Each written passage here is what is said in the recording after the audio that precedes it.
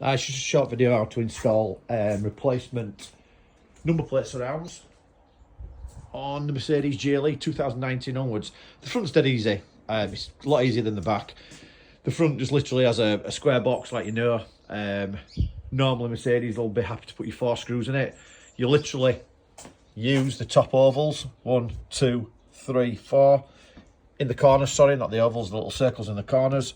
And it fits in, you don't even have to adjust it, it just literally screws in and install it. The back is held in with 4. They like to put 4 big screws in for some reason and not this nice plate. But all you have to do is locate the ovals, slide it all the way down and screw them up.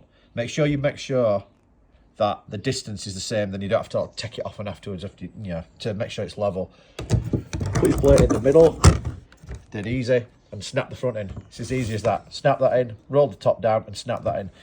I won't do it now obviously because I'm going to put the proper plate in, but punches a security key. So once it snaps in, you literally put the lock in, push it to the left, pull it out, and then that pops up. It's as easy as that. Literally, I've installed them both from never knowing it before in 5 minutes. So, yep, good luck with that.